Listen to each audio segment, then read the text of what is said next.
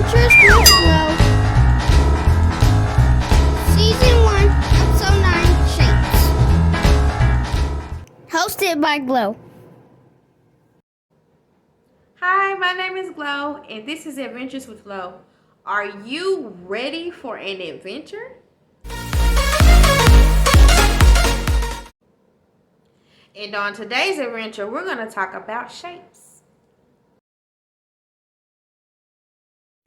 Have you heard the story, The Bear in My Bed?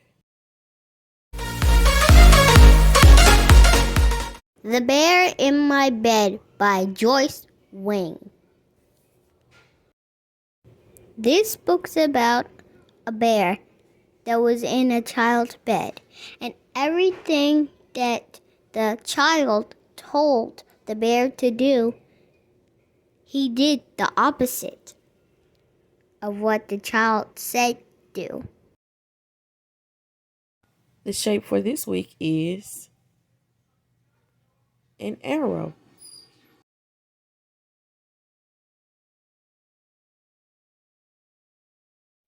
Whenever you see this shape, point it out. The shape for this week is an arrow. Have you heard the story Shut the Door? Shut the Door by Robert Lopshire.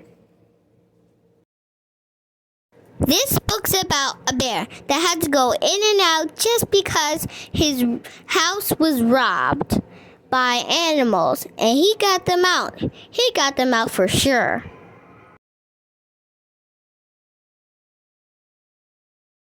The color for this week is gray.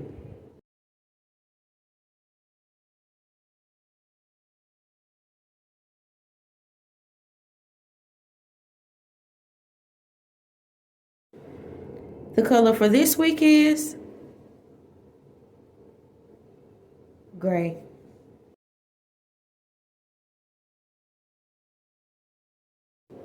Have you heard about the book Dr. Chloe Cupcake Shapes? Dr. Chloe Cupcake Shapes, created by Glow. This book has every pre-K shape, and it can help your child with her shapes. And this book can be found on forthelordproductions.com. The word for this week is create.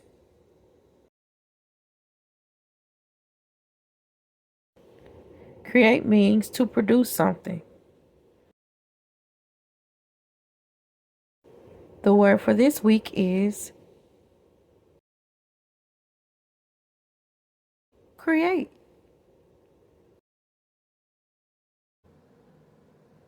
Now, cupcakes, let's look at these pictures and let's see how many shapes we can find.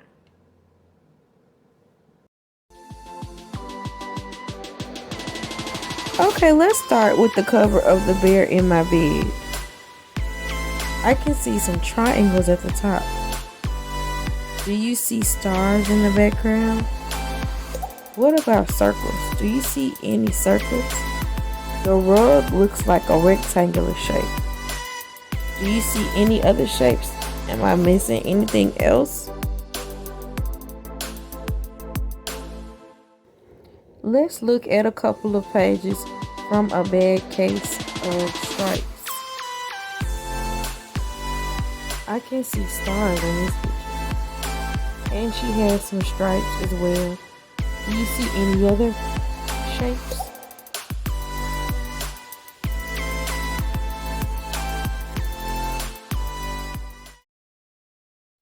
Have you heard the story Thumbprint Critters?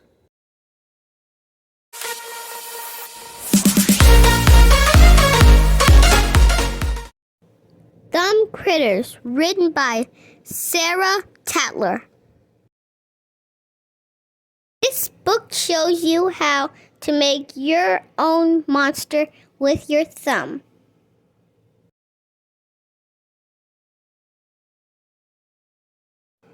A Bad Case of Stripes by David Shannon. Read by Glow.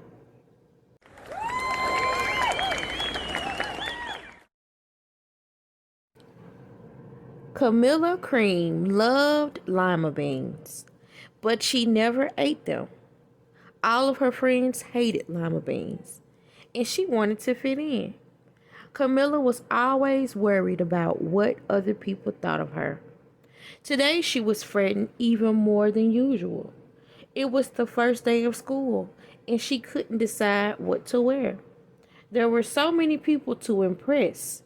She tried on 42 outfits, but none seemed quite right.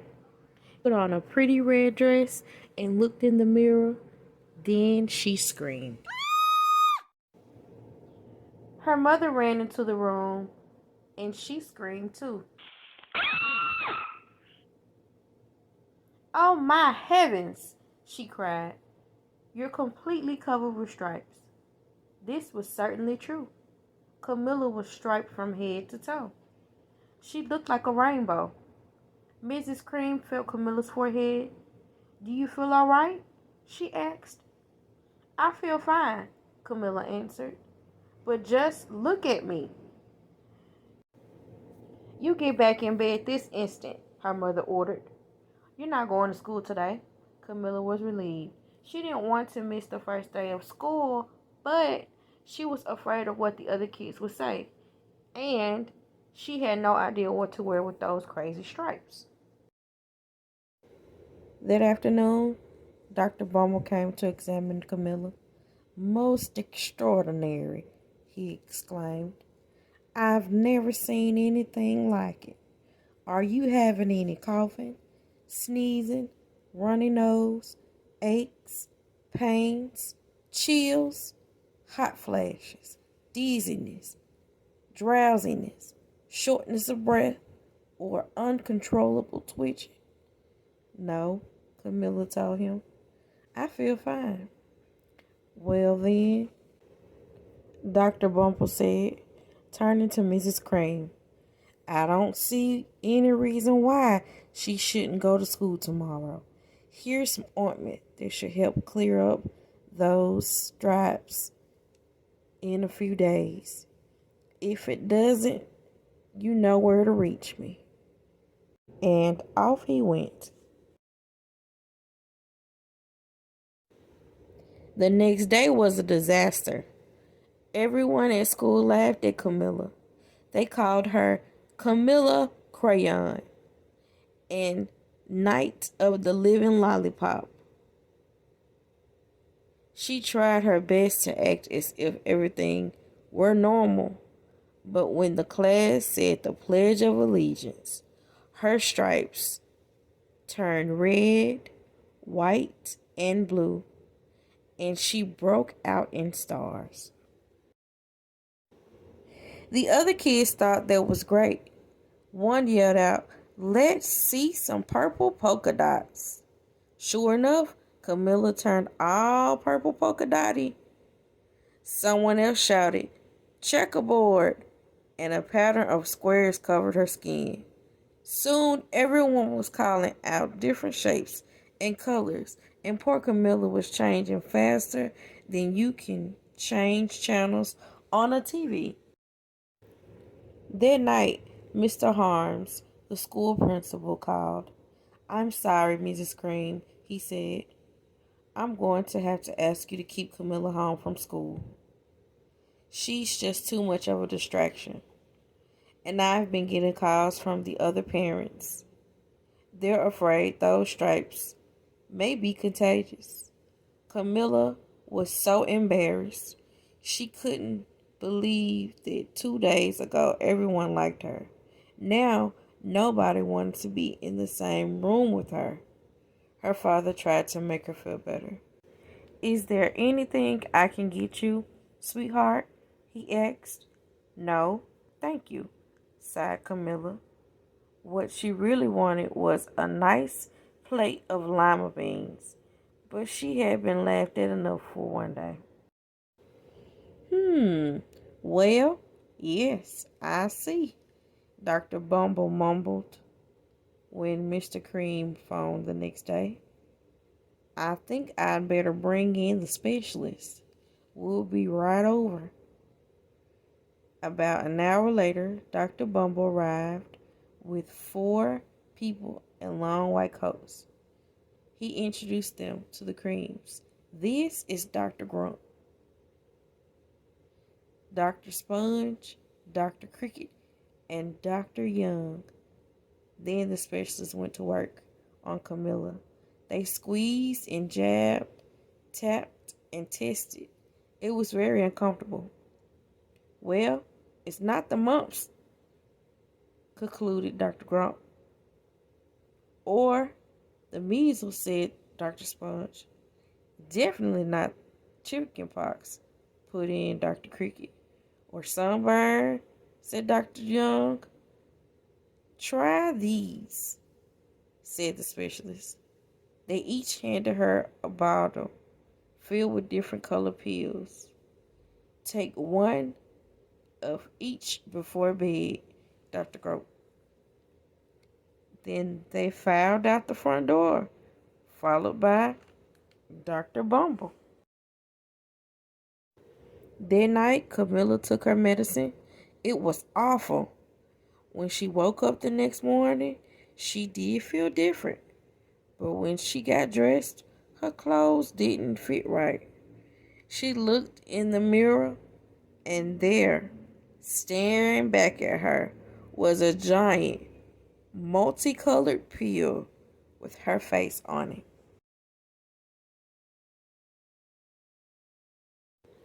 Dr. Bumble rushed over as soon as Mrs. Cream called.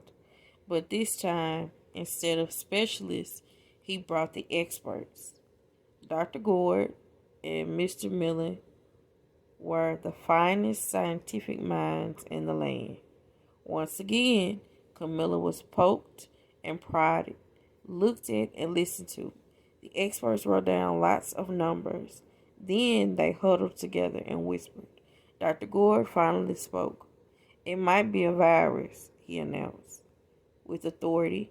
Suddenly, fuzzy little virus balls appeared over Camilla.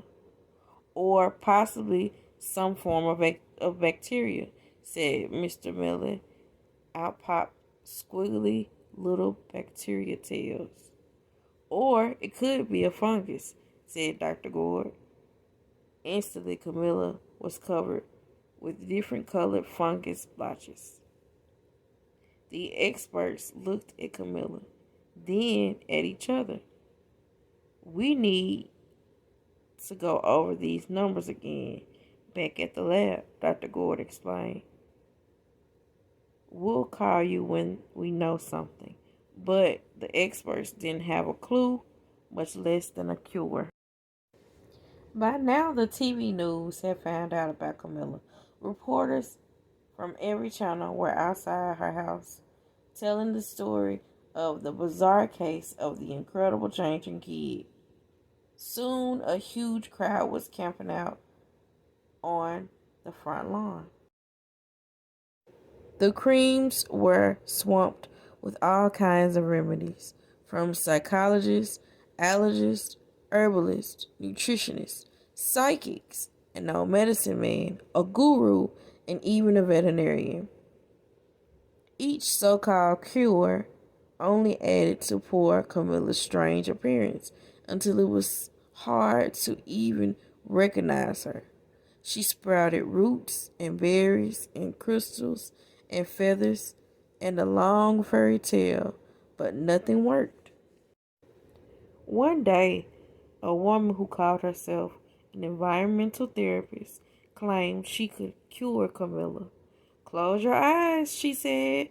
Breathe deeply and become one with your room. I wish she hadn't said that, Camilla groaned. Slowly, she started to melt into the walls of her room. Her bed became her mouth. Her nose was a dresser. And 2 paintings were her eyes. The therapist screamed and ran from the room. "What are we going to do?" cried Mrs. Cream. "It just keeps getting worse and worse," she began to sob. At that moment, Mr. Cream heard a quiet little knock at the front door.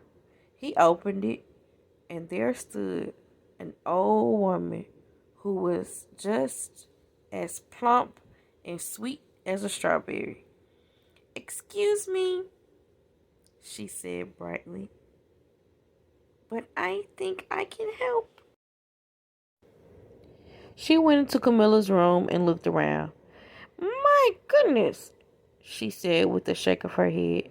"What we have here is a bad case of the stripes. One of the worst I've ever seen." She pulled a container of small green beans from her bag. "Here," she said. "These might do the trick." "Are those magic beans?" asked Mrs. Cream. "Oh, no," replied the kind old woman.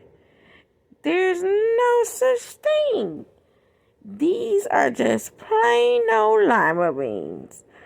I'll bet you'd like some, wouldn't you?" she asked Camilla. Camilla wanted a big, heaping plate full of lima beans, more than just about anything, but she was still afraid to admit it. "Yuck," she said. "No one likes lima beans, especially me." "Oh dear," the old woman said sadly. "I guess I was wrong about you." She put the beans back in her bag and started toward the door. Camilla watched the old woman walk away. Those beans would taste so good, and being laughed at for eating them was nothing compared to what she'd been going through. She finally couldn't stand it. "Wait!" she cried. "The truth is, I really love lima beans." "I thought so," the old woman said with a smile. She took a handful of beans and popped them in Camilla's mouth. "Mmm," said Camilla. Suddenly the branches, feathers, and squiggly tails began to disappear. Then the whole room swirled around.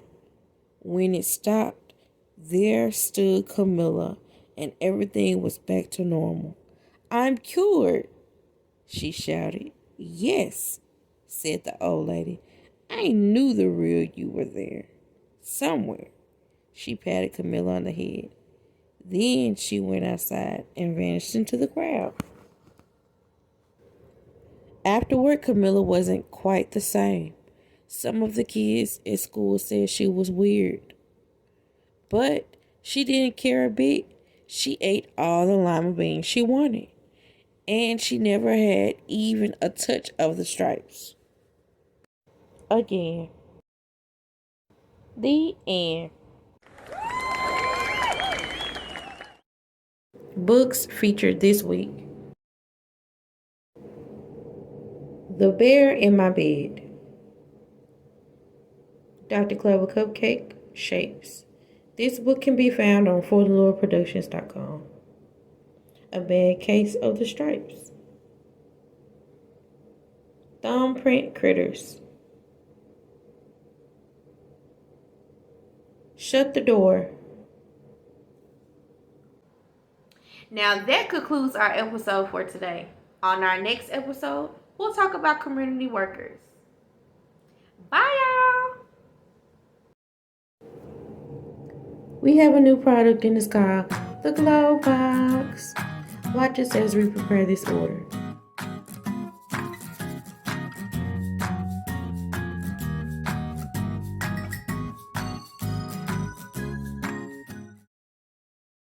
I would like to give a special thanks to Corey Carpenter Jr. and Chloe Carpenter. Thank you. Follow us. Subscribe. Visit forthelordproductions.com. Thank you for watching.